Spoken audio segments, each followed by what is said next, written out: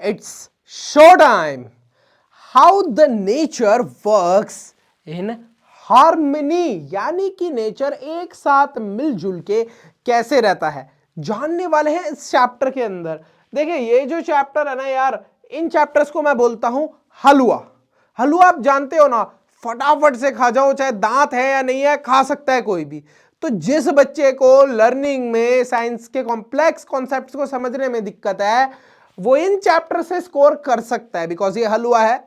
चाहे आपको समझ में आए ना आए, बट ये तो समझ में आएंगे ही, इतने इजी चैप्टर्स हैं। तो सबसे पहले यहां पर क्या बताया हुआ है, देखिए अगर हम नेचर की बात करें तो नेचर काफी ज्यादा एक दूसरे से इंटरकनेक्टेड है। एक नेचर का पार्ट दूसरे पार्ट के ऊपर बहुत ज्यादा डिपेंड करता है। कैसे डिपेंड करता है, एक एग्जांपल से समझते हैं। देखिए एलिफेंट और ह्यूमन के कॉन्फ्लिक्ट से समझते हैं। अब कुछ स्टेट्स हैं जैसे ओडिशा, झारखंड और असम, यहां पर क्या देखने को मिलता है कि एलिफेंट्स गांव के अंदर यानी कि विलेज के अंदर घुस जाते हैं। अब ऐसा क्यों कर रहे हैं एलिफेंट्स, ये तो बड़ी बदतमीजी कर रहे हैं। एलिफेंट्स का क्या घूमने का मन करता है विलेज के अंदर? बिल्कुल नहीं। जब भी फॉरेस्ट को क्या करा जाता है, कट करा जाता है, यानी कि डिफॉरेस्टेशन हो रहा होता है, क्लाइमेट चेंज की वजह से फॉरेस्ट के अंदर खाने पीने का उन्हें सामान नहीं मिल रहा होता। अब डिफॉरेस्टेशन होगा, सपोज करिए आप गए, आपने पेड़ों को काट दिया, जंगल को काट दिया, उसके ऊपर आपने अपनी बिल्डिंग बना ली जंगल के अंदर, तो बेचारे एलिफेंट जाएंगे कहां? ऑब्वियसली अगर एक एलिमेंट, अगर आपने क्या करा, जंगल को डिस्टर्ब कर दिया, तो बेचारे एलिफेंट्स के रहने की जगह डिस्टर्ब हो गई। वो क्या करेंगे फिर? नॉर्मल विलेज वगैरह के अंदर आएंगे और तबाही मचाएंगे। तो ये एक बहुत बड़ी दिक्कत है। अब आपको समझ में आ रहा होगा कि कैसे सारी चीजें एक दूसरे पे डिपेंड करती है नेचर में। देखिए वाइल्ड लाइफ कॉरिडोर्स हमें देखने को मिलते हैं। ये क्या होते हैं? कुछ ऐसे मार्क्ड पाथ्स होते हैं which connect forest habitats allowing animals to move safely between large forest area। बहुत बड़े बड़े जो फॉरेस्ट एरियाज होते हैं उसके अंदर एनिमल्स मूव कर सके, उनसे मूव कर सके विदाउट एंटरिंग ह्यूमन सेटलमेंट, यानी कि ह्यूमंस के जो विलेजेस हो गए या जो भी जंगल के साइड के रहने वाले गांव वगैरह हो गए, उन सब में ना एंटर करे, वो डायरेक्टली अपनी जिस भी जगह पे उन्हें शिफ्ट होना है, जाना है, वहां जा सकें। उसके लिए क्या क्रिएट करे जाते हैं? Wild life corridors. अब बात करी गई है हमारे किसकी? हैबिटेट की। सबसे पहले हम हैबिटेट समझते हैं, उसके बाद कंपोनेंट समझेंगे हैबिटेट के। देखिए हैबिटेट क्या है? एक ऐसी स्पेसिफिक जगह, क्या एक ऐसी स्पेसिफिक जगह जहां ऑर्गेनिज्म रहते हैं। अब ऑर्गेनिज्म आपके पॉन्ड में भी रह सकते हैं, आपके ऑर्गेनिज्म फॉरेस्ट में भी रह सकते हैं, पेड़ के ऊपर भी रह सकते हैं।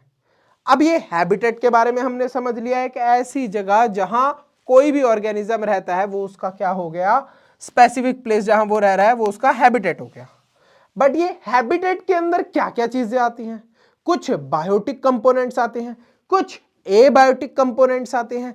बायोटिक थिंग्स कौन सी हो गई? हमारी सारी लिविंग थिंग्स हो गई, जैसे कि plants, animals, micro organisms. Abiotic things कौन सी हो गई? हमारी नॉन लिविंग थिंग हो गई, such as air, sunlight, water, temperature, soil. अच्छा अब आप बताइए कि अगर एक हैबिटेट के अंदर कोई भी ऑर्गेनिज्म रह रहा है, जैसे एक मंकी रह रहा है जंगल के अंदर, तो वो बायोटिक चीजों पे ही डिपेंड करेगा क्या? बहुत सारे बच्चे सोच रहे होंगे बिल्कुल, एबायोटिक चीजों पे क्यों डिपेंड करेगा, नॉन लिविंग थिंग्स पे क्यों डिपेंड करेगा? भाई वो जाएगा जंगल में, घूमेगा, पेड़ के ऊपर चढ़ेगा, जो भी खाने पीने के उसको फ्रूट्स चाहिए वो खा लेगा, मैटर खत्म, बात खत्म। बट आप सोचिए जो पेड़ है, ट्री है, वो कैसे ग्रो कर पा रहा है किसी भी फ्रूट को? क्या आती है उसके पास? जब वो फोटोसिंथेसिस का प्रोसेस कर पाता है तभी तो। फोटोसिंथेसिस के प्रोसेस के लिए क्या क्या चीज की जरूरत पड़ती है उसे? वाटर की, सनलाइट की, एयर की, एयर में भी स्पेसिफिकली किसकी? कार्बन डाइऑक्साइड की। तब जाके वो ये प्रोसेस कर पाता है। दैट मींस एबायोटिक कंपोनेंट के ऊपर वो मंकी डायरेक्टली इनडायरेक्टली डिपेंडेंट है। तो इन दोनों चीजों की वजह से ही क्या हमारा हैबिटेट चल पाता है। अब देखिए हर एक ऑर्गेनिज्म स्पेसिफिक कंडीशन चाहिए होती है उसको सरवाइव करने के लिए। जैसे कि आपने देखा होगा पोलर बियर को। अब पोलर बियर ठंडी जगह पे रह सकता है, आप उस पोलर बियर को लाके राजस्थान में रख दो, बेचारा गया, मर ही जाएगा, इतनी गर्मी में सरवाइव ही नहीं कर पाएगा। साथ में बायोटिक और एबायोटिक चीजें उनको चाहिए होती हैं। जो भी ऑर्गेनिज्म है, हर एक स्पेसिफिक जगह पे स्पेसिफिक ऑर्गेनिज्म रह पाता है due to the biotic and abiotic component. अभी मैंने आपको पोलर बियर का एग्जांपल दिया, तो पोलर बियर को एबायोटिक कंपोनेंट कौन सा है?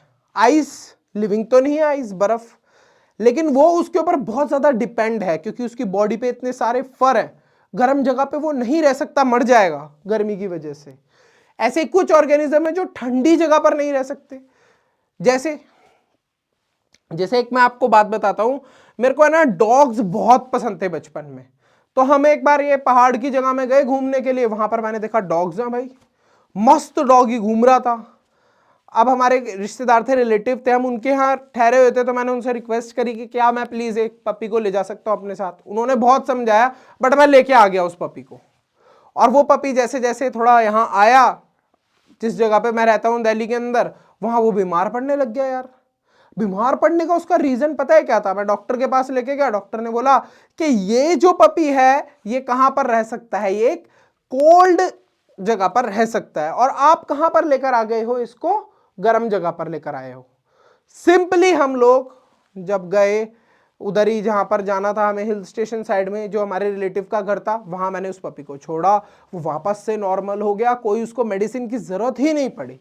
तो आप समझ सकते हो कि हर एक ऑर्गेनिज्म जो है वो क्या है, एक स्पेसिफिक हैबिटेट में रह सकता है। जो ठंडे हैबिटेट में रहने वाले ऑर्गेनिज्म है वो ठंडे में रहेंगे, गर्म वाले गर्म में, है ना। तो यही चीज हमें समझाने की कोशिश करी गई है। देखिए, चैप्टर में आगे जाने से पहले एक इंपॉर्टेंट बात आप सबको बतानी है। अभी जो चैप्टर के इंपॉर्टेंट चीजें हम समझते जा रहे हैं, इसके बीच से जो चैप्टर के क्वेश्चंस आते हैं वो आपको कहां से मिलेंगे?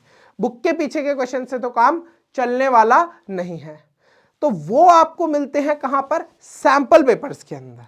ये सैंपल पेपर कैसे एक्सेस कर सकते हो? जैसे ही आप ज्वाइन के बटन पे क्लिक करोगे आप सैंपल पेपर एक्सेस कर पाओगे। बहुत इजीली ये आपने एक्सेस कर लिए सैंपल पेपर। चलिए, अब क्या सिर्फ आपको सैंपल पेपर और नोट्स साइंस के मिलेंगे? नहीं, इंग्लिश के, मैथ्स के, एसएसटी के, हिंदी के, साथ में साइंस के हर एक चैप्टर के सैंपल पेपर नोट्स आपको मिलने वाले हैं तुरंत। जैसे ही आप मेंबर बनोगे, कम्युनिटी टैब में जाओ, वेबसाइट का लिंक मिल जाएगा नोट्स और सैंपल पेपर के, और ऑन द लेटेस्ट एनसीईआरटी, बिल्कुल लेटेस्ट कंटेंट आपको मिलेगा।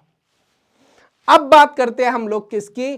Biological organisation, population and community. सबसे पहले बात करते हैं पॉपुलेशन की।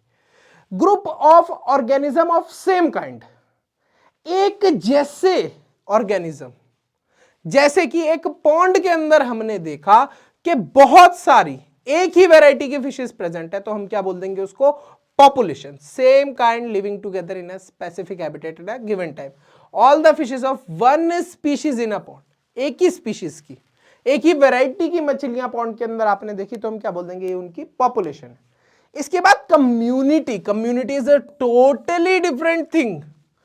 कम्युनिटी, जैसे अगर आप एक जंगल के अंदर जाएंगे तो वहां आपको एक कम्युनिटी देखने को मिलेगी, अलग अलग ऑर्गेनिज्म होंगे। फॉक्स, और क्या चीज है भाई? रैबिट्स देखने को मिलेंगे, डॉग्स देखने को मिलेंगे। भाई ये क्या चीज है? यहां पर अलग अलग ऑर्गेनिज्म, मंकी, वुल्फ, ये सारे अलग अलग ऑर्गेनिजम्स देखने को मिलेंगे जंगल में, जो एक ही जगह को शेयर करके रह रहे हैं, एक दूसरे से इंटरैक्ट भी कर रहे हैं।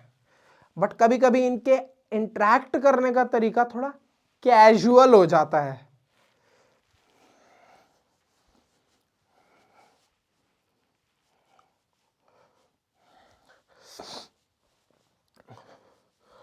अरे भैया, साफ साफ बताओ ना, कैजुअल से आप कहना क्या चाहते हो?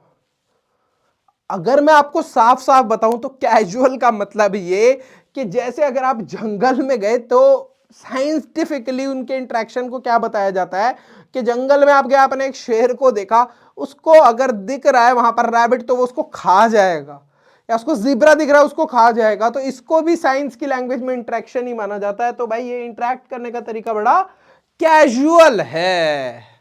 अब बात करते हैं कम्युनिटी इंटरेक्शन के और एक तरीके की एग्जाम्पल की। देखिए, wind, water, animal such as bees, birds, bats, ये पोलेंस कैरी करते हैं। आप पोलन जानते हैं ना, जो फ्लावर्स के अंदर प्रोड्यूस होते हैं, है ना।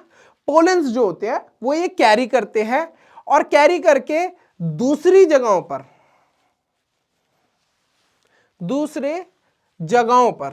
ठीक है, carry pollens from stamen to carpel, दूसरी जगहों पर जो दूसरे फ्लावर के कार्पल्स होते हैं वहां तक लेके जाते हैं। समझो, अब ये हमारा एक फ्लावर था, ओ भाई भाई, अब यहां आप देख सकते हो कि स्टेमिन के पास क्या थे, बहुत सारे पोलेंस थे।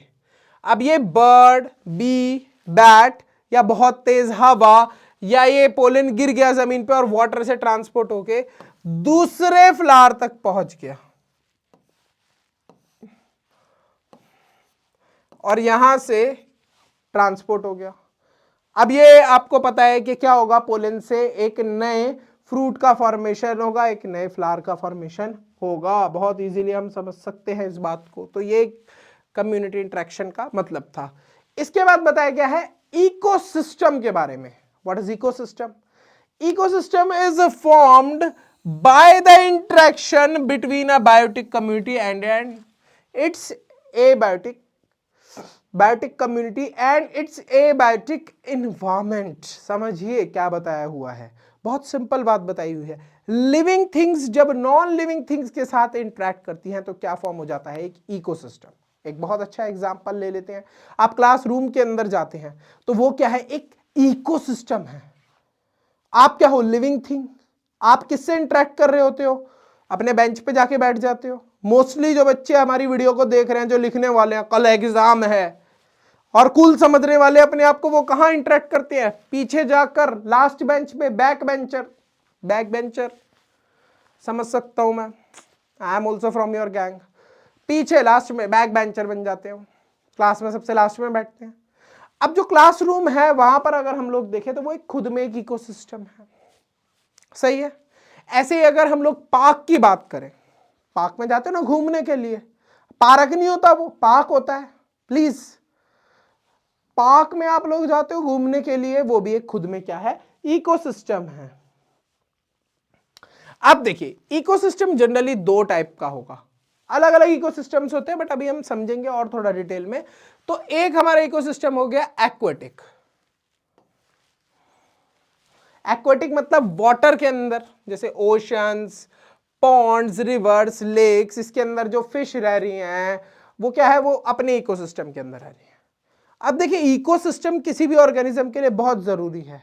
एक बार ऐसे ही मैं घूमने के लिए कोस्टल एरिया में चले गया था, वहां से मैं मछली ले आया। भाई पता नहीं क्यों मुझे जू खोलने का शौक था बचपन में, वहां से मैं फिश लेकर आ गया और मैंने यहां पर फ्रेश वाटर के अंदर उस फिश को डाल दिया, क्योंकि हमारे यहां तो भाई था ही नहीं वो ओशन वाला वाटर। अब क्या हुआ, वो फिश मर गई। फिर मेरे को पता चला बाद में, जब मैंने साइंस पढ़ी, क्लियर हुआ, क्योंकि तब मैं बहुत छोटा था, मुझे क्लियर हुआ।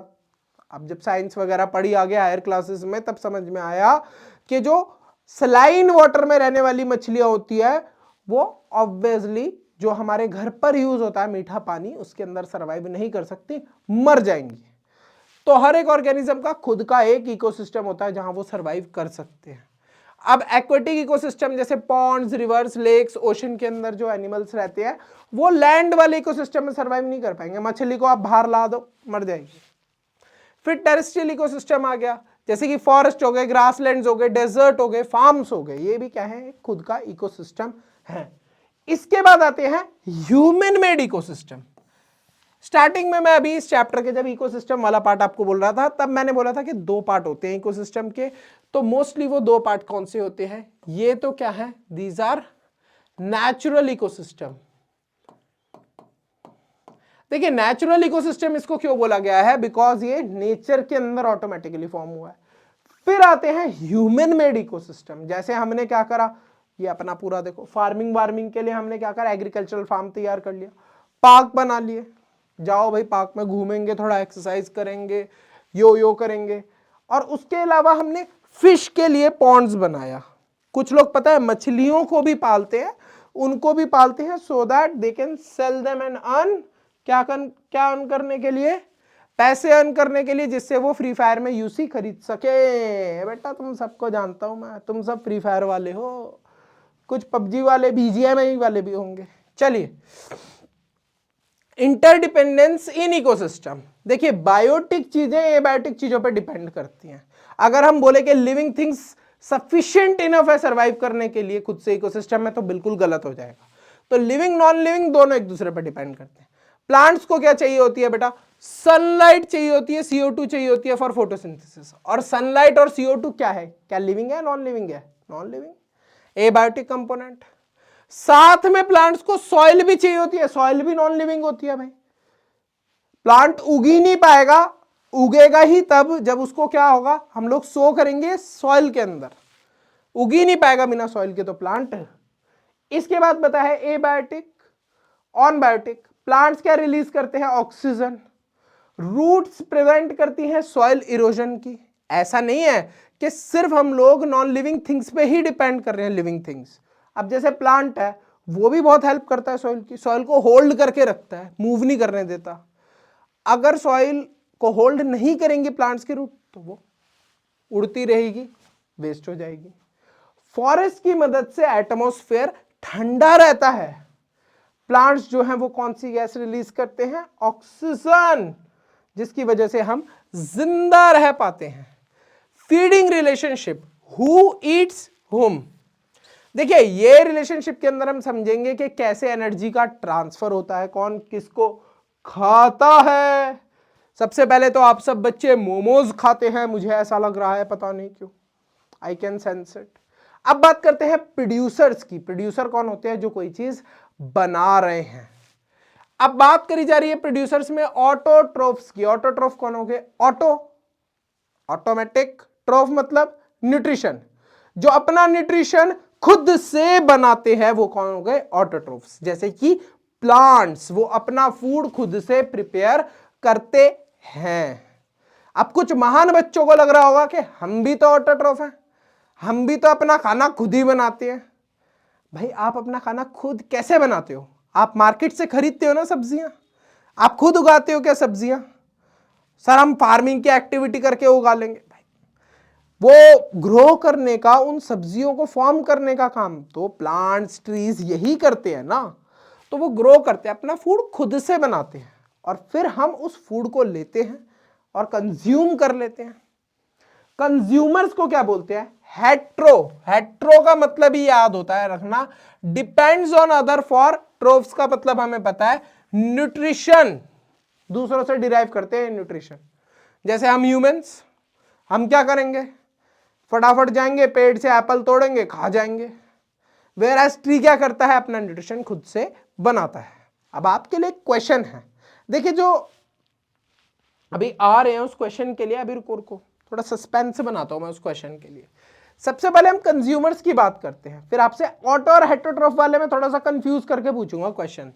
देखिए एक और हर्बीवोरस होते हैं। हर्बीवोरस क्या? वो वाले एनिमल्स या वो ऑर्गेनिज्म जो सिर्फ क्या खाते हैं? Plants, such as deer. Carnivores, वो वाले एनिमल्स जो सिर्फ मीट खाते हैं, या फिर आप मीट बोल सकते हो। ओमनिवोरस, दोनों प्लांट्स और एनिमल्स को खा लेते हैं, such as crows, foxes and humans. अब बात करते हैं हमारे तड़कते भड़कते सवाल के लिए। अगर मैं आपको बोलूं कि जो ऑटोट्रोफ्स होते हैं वो तो खुद से अपना फूड बना रहे हैं, और हेटेरोट्रोफ्स जो दूसरों से अपना फूड ले रहे हैं, सही बात है। अगर मैं आपको बोलूं कि जो हेटेरोट्रोफ्स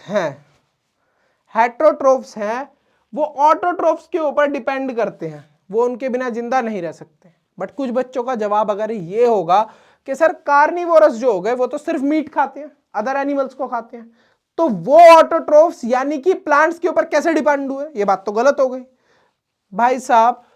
अगर हम लोग यहां पर लेपर्ड या टाइगर की बात कर रहे हैं, तो टाइगर क्या खाता है? सपोज करिए टाइगर ने खाया डियर को। डियर कैसे ग्रो कैसे हुआ है? डियर क्या खाता है? ग्रास।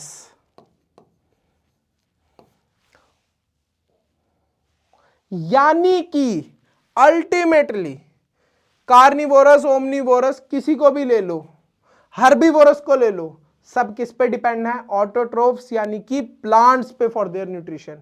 अगर प्लांट्स नहीं होंगे तो हमें न्यूट्रिशन नहीं मिलेगा।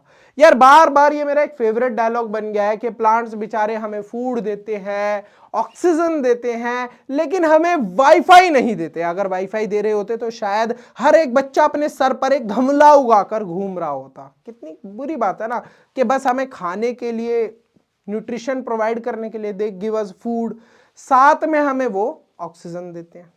कितनी सैड बात है। सरवाइव करने के लिए कितनी दो इंपॉर्टेंट चीजें दे रही है, वाईफाई नहीं दे रहे। पर अब बात करी जा रही है डीकंपोजर्स की, यानी कि सैप्रोट्रोफ्स की। Organisms such as fungus and bacteria, ये डेड एंड डिकेइंग चीजों को खाते हैं। क्या इसका कोई एग्जाम्पल दे सकते हो मोटूलाल? जरा दो भाई।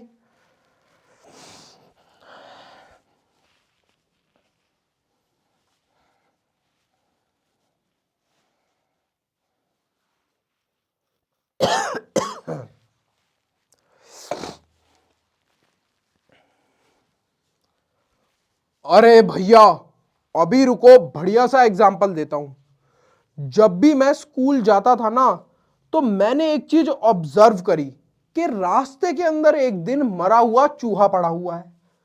कुछ दिन बाद जब मैं वापस से उस रास्ते से जा रहा था, तो मैंने ऑब्जर्व करा कि वो चूहा अचानक से गायब हो गया। लेकिन वो चूहा गया कहां? देखो, उस चूहे को किसी भी बिल्ली ने नहीं खाया, किसी भी और ऑर्गेनिज्म ने नहीं खाया। धीरे धीरे करके वो माउस जो है, इट गॉट डीकंपोज। डीकंपोजर्स जो होती है ना, जैसे फंगस और बैक्टीरियाज हो गए कुछ, वो क्या करते हैं? डेड और डिकेइंग मैटर को खाकर अपना पेट भर लेते हैं, सड़ी गली चीजों को खा जाते हैं। अब आपने फंगस देखी भी होगी, आप कभी आपके घर में ब्रेड ब्रेड रखे रह जाएंगे ना पुराने, तो उस पर व्हाइट व्हाइट सी चीज, जिसको फफूंद बोलते हैं हिंदी में, वो आ जाती है, ग्रीनिश ग्रीनिश सी चीज आ जाती है। खा के देखना बेटा, मजा आ जाएगा। सीधे एक हफ्ते के लिए स्कूल से छुट्टी, मजे ही मजे। चलिए अब वापस से मैं आपको समझा देता हूं कि मैं चाहता हूं कि अच्छे प्यारे नन्हे मुन्ने हमारे बच्चे, नन्हे मुन्ने तो नहीं यार, तुम बहुत बड़े हो यार, सच में बहुत बड़े हो, बहुत स्मार्ट भी हो तुम लोग यार, बढ़िया से बढ़िया एग्जाम के अंदर स्कोर करो। इसीलिए मैं बार बार सजेस्ट कर रहा हूं कि सैंपल पेपर लगा लेना भाई, अच्छे नंबर आ जाएंगे तुम्हारे। फ्री फायर के अंदर तुम बढ़िया से डिमांड कर लेना फिर अपने पेरेंट्स से, तुम्हारे लिए बढ़िया रहेगा सिस्टम भाई। चलिए आगे चलते हैं। अब समझते हैं हम लोग टाइप्स ऑफ बायोलॉजिकल इंट्रैक्शन के बारे में। देखिए सबसे पहले आता है म्यूचुअलिज्म। म्यूचुअलिज्म एक ऐसा इंट्रैक्शन है जिसके अंदर दोनों ऑर्गेनिज्म बेनिफिट करते हैं। जैसे हनी बीज क्या करती हैं? हनी बीज जाती हैं फ्लावर्स से और उनके नेक्टर से हनी ले लेती हैं, सही है। और फ्लावर्स को भी एक फायदा होता है कि उनका पॉलिनेशन का प्रोसेस हो जाता है, यानी कि जो उनके पोलेंस है वो एक जगह से दूसरी जगह ट्रांसफर हो जाते हैं। कमेंसलिज्म, कमेंसलिज्म का मतलब क्या है? एक ऑर्गेनिज्म बेनिफिट करता है और दूसरा ऑर्गेनिज्म जो है इट इज अनइफेक्टेड, उसको कोई बेनिफिट भी नहीं होता, नुकसान भी नहीं होता। जैसे ऑर्किड्स का एग्जांपल दिया गया है, ये ग्रो होते हैं ऑन द ट्री ब्रांचेस, तो उससे कोई नुकसान नहीं होता दूसरे ऑर्गेनिज्म को। इसके बाद दिया गया है पैरासाइटिज्म। भाई यहां पर यार ये फोटो देखो, अब यहां पर ये बेचारा डॉगी सो रहा है और एक पैरासाइट आया और इस डॉगी का ब्लड क्या करने लग गया? सक करने लग गया, अपना पेट भरने के लिए इसका खून चूसने लग गया। Ticks feeding on a dog's blood. अब यहां पर क्या हो रहा है? क्या डॉग का कुछ बेनिफिट हो रहा है? कुछ नुकसान हो रहा है? बिल्कुल नुकसान हो रहा है, खून कम हो रहा है बेचारे का। और टिक्स का क्या बेनिफिट हो रहा है? उनको खाने को मिल रहा है। तो ये ऐसा इंटरेक्शन हो गया जिसके अंदर एक ऑर्गेनिज्म का तो बेनिफिट हो रहा है लेकिन दूसरे का नुकसान हो रहा है। भाई साहब ये बहुत गलत चीज है भाई, किसी का नुकसान नहीं होना चाहिए। अब क्या बताया गया है हमें? Human impact and conservation. देखिए इकोसिस्टम के अंदर बैलेंस बना के रखना बहुत जरूरी है, क्योंकि इकोसिस्टम के अंदर सिर्फ हम ही एग्जिस्ट नहीं करते, और भी ऑर्गेनिज्म रहते हैं। अगर हम इकोसिस्टम के अंदर ट्रीज को कट करेंगे तो ऐसा थोड़ा ना कि हम ही ऑक्सीजन ब्रीथ कर रहे हैं और भी ऑर्गेनिजम्स भी तो ऑक्सीजन ब्रीथ करते हैं, उनको भी नुकसान होगा। तो देखिए इकोसिस्टम मेंटेन करता है dynamic balance through competition and resource sharing. Human intervention like overfishing, pollution इसको डिसरप्ट कर सकता है। देखिए हम जो पॉल्यूशन करते हैं, एयर को इतना पॉल्यूटेड बना दिया है, उससे और भी तो ऑर्गेनिज्म को नुकसान है, हमें भी है और भी ऑर्गेनिजम्स को नुकसान है। The case of the Indian bull frog in the 1980s, over exporting frogs led to an increase in agricultural pests, forcing the use of harmful synthetic pesticides। आप जानते हो जो फ्रॉग्स हैं इनका एक बहुत अच्छा बेनिफिट है, ये कीड़े मकोड़े खाते हैं। अब खेतों के अंदर जब ये ऐसे ही घूमते रहते थे तो कीड़े मकोड़े खा लेते थे, बट इन फ्रॉग्स को क्या करना स्टार्ट करा गया, इन फ्रॉग्स को इंडिया के अंदर क्या करा, इन फ्रॉग्स को पकड़ पकड़ के एक्सपोर्ट करने लगे, दूसरे देशों को देने लगे। अब जब दूसरे देशों को इन फ्रॉग्स को दे दिया तो इनकी कमी होने लगी इंडिया में। इनकी कमी होने के कारण जो कीड़े मकोड़े थे, पेस्ट थे, वो खेत के अंदर आने लगे और उन्होंने पूरे जो क्रॉप्स थे उनको डिस्ट्रॉय करने लगे, खराब करने लगे। अब क्या करा गया, अब इसका सॉल्यूशन ढूंढा गया। तो सॉल्यूशन के अंदर क्या यूज करें, harmful synthetic pesticides, harmful chemicals का इस्तेमाल करा गया। पेस्टिसाइड मतलब कि उन कीड़ों को मारने की दवाई डाली गई। इसका जबकि सिंपल सा सॉल्यूशन था कि फ्रॉग्स को जिंदा रहने देते, उस इकोसिस्टम में एग्जिस्ट करने देते, वो कीड़े मकोड़े खा के अपने आप खत्म करते रहते। प्रोटेक्टेड एरियाज एंड कंजर्वेशन, कुछ एरियाज हैं हमारी कंट्री के अंदर which are protected such as Sundarbans, which is world's largest mangrove forest.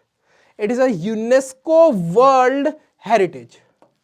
ये प्रोटेक्ट करता है against storms and floods, but it is threatened bye deforestation. यहां पर डिफॉरेस्टेशन काफी ज्यादा हो रहा है। इलीगल हंटिंग गवर्नमेंट ने बैन करी हुई है, बट बंदे जाते हैं मजे मजे में एनिमल्स को हंट करते हैं। एंड पॉल्यूशन, पॉल्यूशन की वजह से भी सुंदरबन काफी ज्यादा डैमेज हो रहा है। Protected areas, national park, wildlife sanctuaries, biosphere reserve such as Jim Corbett, मानस, नीलगिरी, ये क्या है, ये वो सारी जगह हैं जहां पर ह्यूमंस को कुछ एक्टिविटीज करने से बैन है। जैसे ह्यूमंस हंटिंग नहीं कर सकते, हंटिंग तो वैसे हर ही जगह बैन है। यहां पर अपने घर नहीं बना सकते, मन कर रहा है ह्यूमंस का कि घूम रहे हैं मजे से, वो सारी एक्टिविटीज नहीं कर सकते। मतलब एनिमल्स को यहाँ डिस्टर्ब नहीं कर सकते, उनका जो नेचुरल प्रोसेस है रहने का उसमें हम डिस्टर्बेंस नहीं क्रिएट कर सकते। ये एसेंशियल है for conserving endangered species and habitats. अब कुछ एंडेंजर्ड स्पीशीज होती हैं, ऐसी स्पीशीज होती हैं जो खत्म होने की कगार पर आ गई हैं, जो खत्म हो सकती हैं, उनको बचाने के लिए बहुत जरूरी है ये एक्टिविटी करना। अब यहां पर बताया गया है sustainable farming practices, the green revolution. देखिए एक समय था इंडिया के अंदर जब खाने की इतनी कमी हो गई थी कि खुद हमारे प्राइम मिनिस्टर जो थे इंडिया के उस समय के, उन्होंने बोला था कि प्लीज एक दिन का फास्ट रखिए, सब लोग एक दिन के लिए भूखे रहिए क्योंकि खाने की बहुत कमी है देश के अंदर। तो फिर क्या हुआ, ग्रीन रिवॉल्यूशन हुआ। ग्रीन रिवॉल्यूशन के अंदर मशीन्स का इस्तेमाल करने लगे लोग, किसके लिए, फार्मिंग के लिए। केमिकल्स का इस्तेमाल करने लगे कि क्रॉप्स फटाफट से ग्रो हो। लेकिन यहां पर हमारा तब सॉल्यूशन तो हो गई प्रॉब्लम की, क्रॉप्स तो ग्रो हो गए, but long term issue such as soil की जो क्वालिटी थी वो डिग्रेड होने लगी। बार बार सॉइल्स में हार्मफुल केमिकल्स डाले जाएंगे क्रॉप्स को ग्रो करने के लिए, तो सॉइल क्या होगा, खराब हो जाएगा। ग्राउंड वाटर डिप्लीट होने लगा। अब लोगों को जब क्रॉप्स को ग्रो करना है तो उन्हें पानी भी चाहिए। अब पानी के लिए क्या यूज करते हैं लोग, गांव वगैरह में आपने देखा होगा ट्यूबवेल यूज करते हैं। हैंडपंप होता है ना, तो हैंडपंप को आप हटा दीजिए और वहां पर आप एक मोटर लगा दीजिए जो कि जमीन से पानी बहुत स्पीड से खींचे। अब जमीन के अंदर जो वाटर स्टोर है उसको बहुत ही स्पीड से लोग यूज करने लगे, तो ग्राउंड वाटर भी क्या होने लगा, डिप्लीट होने लगा, खत्म होने लगा। Negative effect of modern farming. अब ये जो मॉडर्न फार्मिंग के तरीके हैं इसके नेगेटिव इफेक्ट क्या है, monoculture. Growing one crop repeatedly reduces diversity and affects pollinators। देखिए बार बार हम एक ही टाइप के क्रॉप को ग्रो करेंगे तो पॉलिनेटर्स क्या होंगे, अफेक्ट होंगे और डाइवर्सिटी, अलग अलग टाइप के हमें क्रॉप्स, अलग अलग वैरायटी के क्रॉप्स का यूजेज कम देखने को मिलेगा, जिससे हमें नुकसान होगा। केमिकल्स बहुत ज्यादा यूज होने लग गए हैं। सिंथेटिक फर्टिलाइजर्स क्या करते हैं, फ्रेंडली सॉइल माइक्रोब्स को मार देते हैं, जिसकी वजह से सॉइल इरोजन होता है। इसके बाद हमें बताया गया है सस्टेनेबल अल्टरनेटिव, ऑर्गेनिक या नेचुरल फार्मिंग। आपने ये ऑर्गेनिक फार्मिंग तो सुना भी होगा। जो ऑर्गेनिक हमारी वेजिटेबल्स हो गए, फ्रूट्स हो गए, ये बहुत एक्सपेंसिव भी होते हैं, बिकॉज इनको ग्रो करने के लिए कोई भी केमिकल का इस्तेमाल नहीं होता। अब यहां पर यह बताया गया है कि एक इंडियन एंशिएंट टेक्स्ट है जिसके अंदर सॉइल के नरिशमेंट के बारे में बताया गया है, एंड यूजिंग नेचुरल जो मैन्योर होते हैं, कुनापा जाला, उसका इस्तेमाल करना। इसको क्या बोलते हैं, वृक्ष आयुर्वेदा। उसके अंदर ये सारी चीजें मेंशन करी गई हैं, कैसे हम लोग सॉइल की क्वालिटी को इंप्रूव कर सकते हैं। देखिए चैप्टर हमारा यहीं पर बहुत ही इंटरेस्टिंग तरीके से फिनिश होता है। आई होप आपको बहुत अच्छे से चैप्टर समझ में आया हो। अगर आपको इस चैप्टर के नोट्स और सैंपल पेपर चाहिए तो आप फटाफट से ज्वाइन के बटन पर क्लिक करके मेंबर बन जाइए और नोट्स और सैंपल पेपर से प्रैक्टिस करके अच्छे से अच्छा स्कोर करिए। ठीक है, see you in the next video, bye bye till then.